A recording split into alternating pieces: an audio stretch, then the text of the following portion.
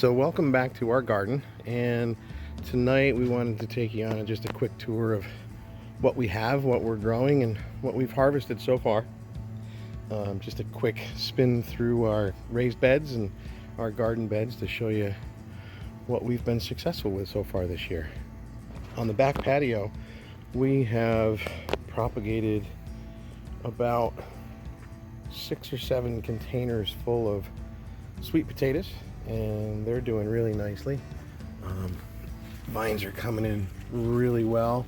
It's mid-August right now, so not quite ready to blossom, but really nice growth, and I'm excited to see what kind of root production we get off of them.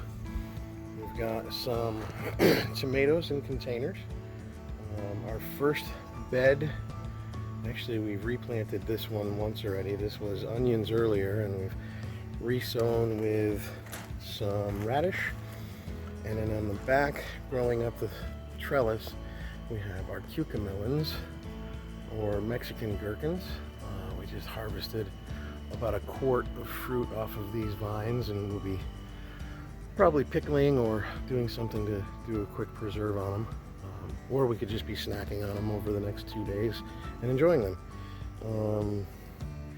Here we've got a couple of tomatoes and some random tomatillos that came up unexpectedly in a container of potting soil that I had left out here with nothing planted in it. Got some dill that's, some of it will be used in pickles and some will actually let go to seeds so we can save seeds for next year. Got a bed with some cilantro that's ready to bolt. Again, we'll save these seeds as they get a little closer to the end of their life cycle. Again, we've got some more random tomatoes coming up in containers that had some seeds dropped in unknowingly. Some wildflowers that we planted up in containers just as pollinator attractants. This bed we replanted with a fall crop of early potatoes. We'll see if we can get a quick fall crop of potatoes out of this bed. There's 8 sets planted in there, so hopefully we'll get something in the fall. We have another tomato planted here. This is an American Blue, and that is going to be hopefully giving us a couple of pounds worth of tomatoes off of that. That's a new variety we just started trying this year.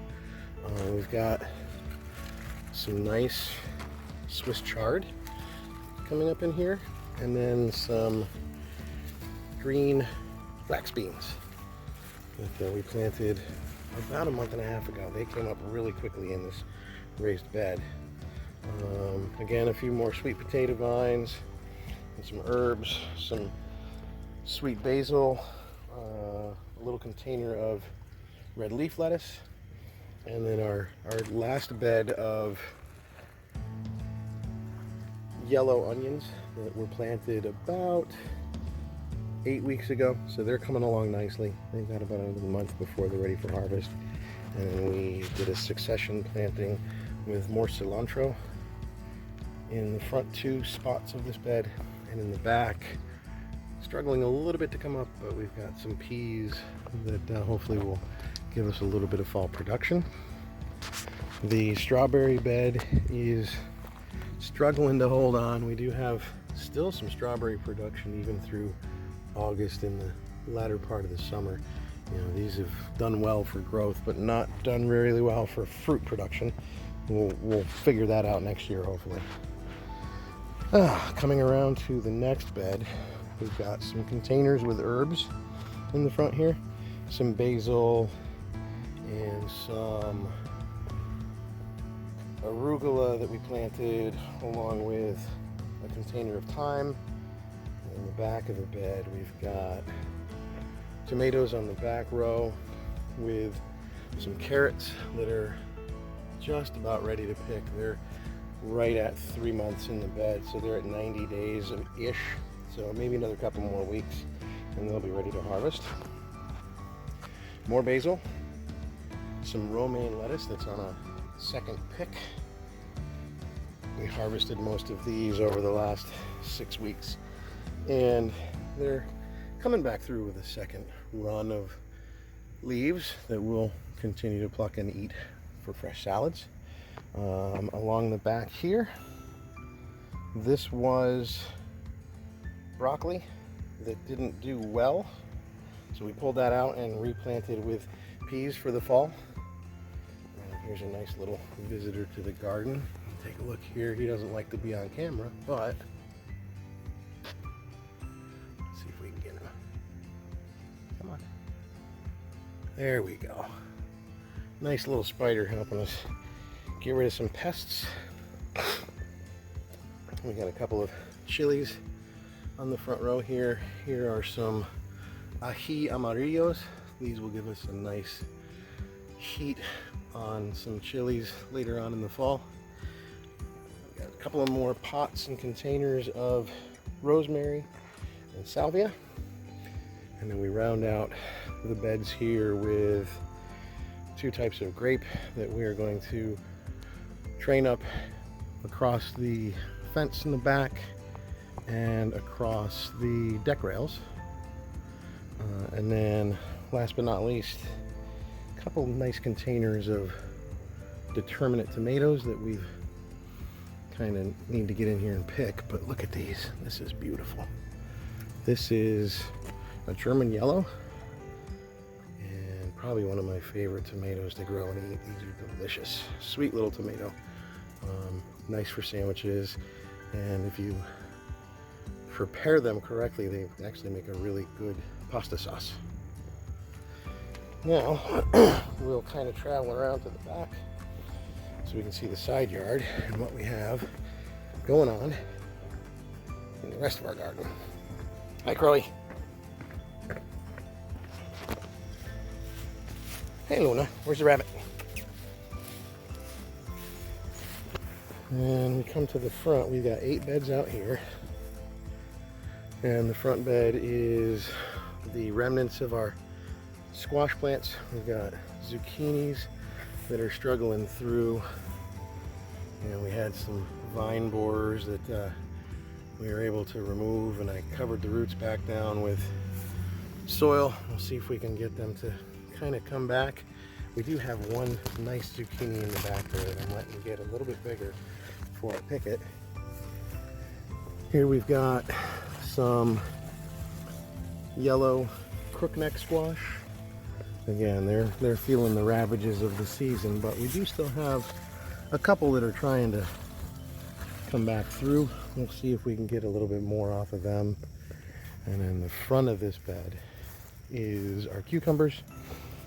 Again, a little rough, a little worse for the wear. They've been fertilized twice, and we're starting to get some decent cucumbers off of them, but it's coming up to the tail end, and unfortunately I didn't plant any backups. But trellising nicely up the 6-foot net trellis, and did pretty well for us. Our next 3 beds are actually peppers, and we've got a pretty nice selection. These are more of the ají amarillos, and you can see they are a nice sized pepper, and these will get to a nice vibrant yellow color with the heat of a little bit hotter than a serrano. Here are the Chilipekin. These are a small bird pepper. These will turn a bright red once they're ripe, and these have actually hotter flavor than a serrano as well. Even for such a little pepper, they pack a really nice punch. We've been picking these pretty regularly for the past week or 2 and using them in our fresh salsas. Coming around to the back of this bed, we have our Carolina Reaper. This is the hottest pepper right now that you can grow, and we've been harvesting these already this year. We did pluck one last week and use it in a salsa, and it definitely added some flavor. Then we've got the Trinidad scorpion pepper. Look at that. That is beautiful.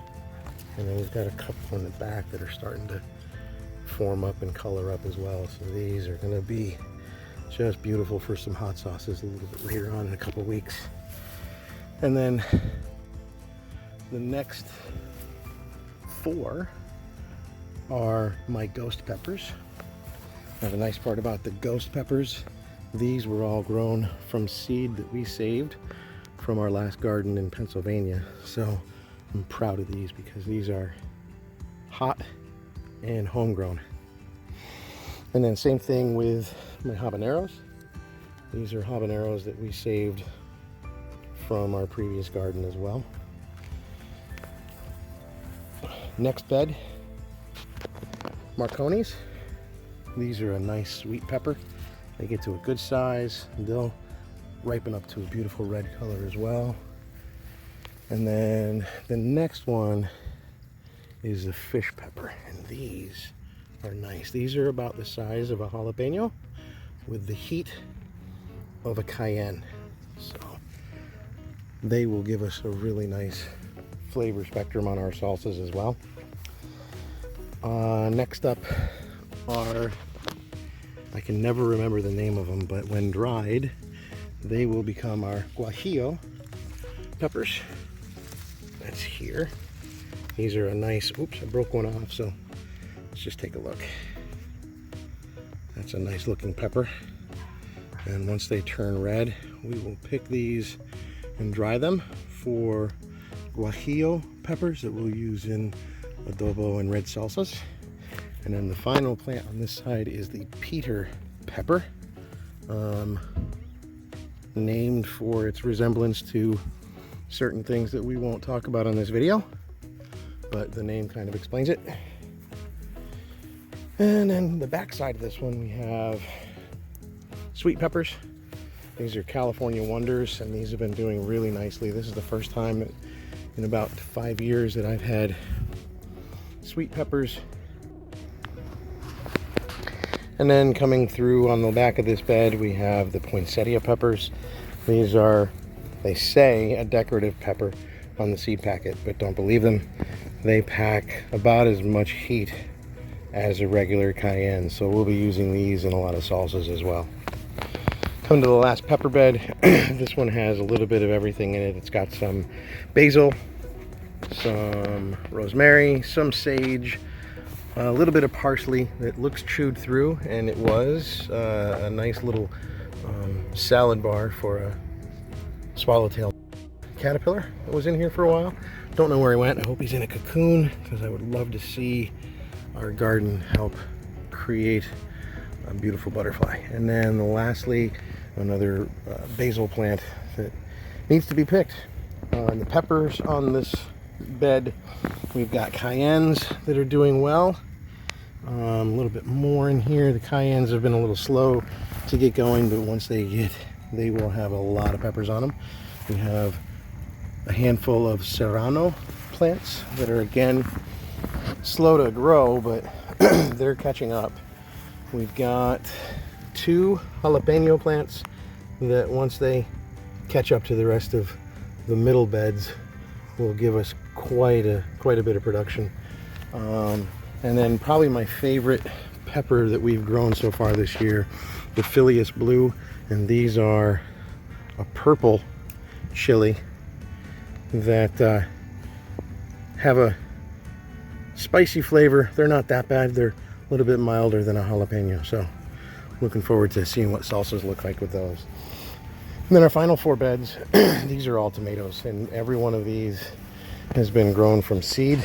We started growing these probably mid-March inside in under grow lights, and they've just done so well in these raised beds. But about 20 different varieties out here in the beds. We've got London King, we've got some Black Crim, we've got a hybrid, well, I don't know if it's a hybrid. This is the American Ribbed. It's a really good size, almost beefsteak type tomato. We've got some Amish paste that are just incredible. And the funny part is, This was supposed to be Amish paste. I think I had my seeds mixed up. That looks more like one of my German yellows. Here's another Amish paste and an indigo rose. And then we also utilized the posts on our trellis for pole beans. And you can see they're doing very well on this. Coming around the front, we have, these are Tigrella, and then some more of the German yellows, and these are more of the American ribbed. And you can see they're climbing up the string trellis very nicely. We've pruned to a single stem, and we're trellising using plastic tomato trellis cordage. And we've got some more plum tomatoes. Here we've got a variety of Rutgers that are doing okay. Look at this, this is beautiful. That's a great looking tomato. We'll leave those and come back to them. A few more Amish paste. And then we've got a hothouse variety that we actually saved seeds from a store-bought tomato and we're able to propagate up. And these vines are nearly 6 foot tall. Again, using the cap posts on our trellis for green beans. Getting a little bit of vertical growth out of them. Here we have Opalka. And we'll trim these dead branches off because there's no need to have them here. It's okay to pull these off. It's not going to hurt the plant at all. Actually, help it a little bit. And we've got more Amish paste. We've got a nice San Marzano that is really producing well. And the last 3 are Romas, and I'll tell you, this has been the year of Roma tomatoes for me. These are beautiful, nice healthy size, and not a bit of blossom end rot on any of them. And then last tomato bed, these are really cool. These are called Vernissage. They're small, about the size of a golf ball. Juicy and such a sweet taste. Really nice tomato. We have a yellow plum that has done very well. The size of these, they're similar to the yellow pear, but more of a Roma or San Marzano shape. We have the American blue. These are supposed to be a cherry tomato, but they have grown sizably on our trellis. They're doing really nice. They take a while to ripen because they have to kind of go all the way down to the bottom. These, even though they look good up top, are still very firm, very undeveloped on the bottom. Last tomatoes on this side, this is the cherry white. This is a similar to a sun gold, and the production on them is just incredible. We've been picking off of these 2 plants for the last 3 weeks, and they show no signs of letting up. Every one of these clusters is 25 or 30 flowers, and every time they grow a foot, they kick off another cluster. So we'll have these tomatoes growing hopefully till November. The cool part about them is, even off of a fruit cluster, it's kicking off a new center stem.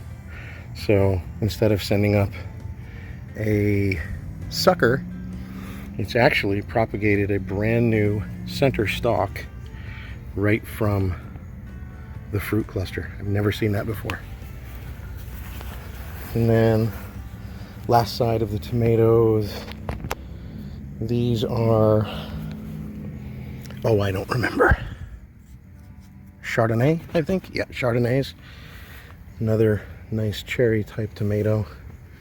We've got another German yellow, and then we've got yellow pear. And these tomatoes are amazing producers. So this is an 8-foot high trellis, and there's the base, and here is the tomato. That is phenomenal. So it's 8 foot tall, still growing, still has a month left to go. I'm figuring that within 2 weeks I'll be draping that over the top of the trellis to let it continue growing and producing. And then the last 2 tomatoes that we have here, I actually forgot which ones I put here, but they're doing okay. I'm not going to argue with replacement plants that are giving me nice full-size tomatoes. Then our last bed, the bed that I thought was going to be the worst producer because it looked like everything was dead. These are our tomatillos, and we have 2 types of tomatillo in here. We've got excuse me, a normal green tomatillo. Let's see if I can find one and show you exactly what we're talking about. So these are green tomatillos that we use for all of our fresh sauces. So we will harvest and parboil and use these along with our spicy hot peppers and some of our tomatoes. But the cool addition this year to the garden, something that I found while I was looking online, are the Queen of Malinoko tomatillos. These are different. These are about the size of a jalapeno pepper, and this one's split a little bit because it actually got a little overripe. But look at the size of that. And this is a sweet tomatillo. It doesn't have quite the acidity of the regular green or purple tomatillos, and it makes a wonderful salsa. We'll be sharing some recipes using the tomatillos, the Queen of Malinoko, along with some of our spicier peppers, the ghosts and the scorpions, to make a really nice salsa for some of our recipes. So that's our garden for the year.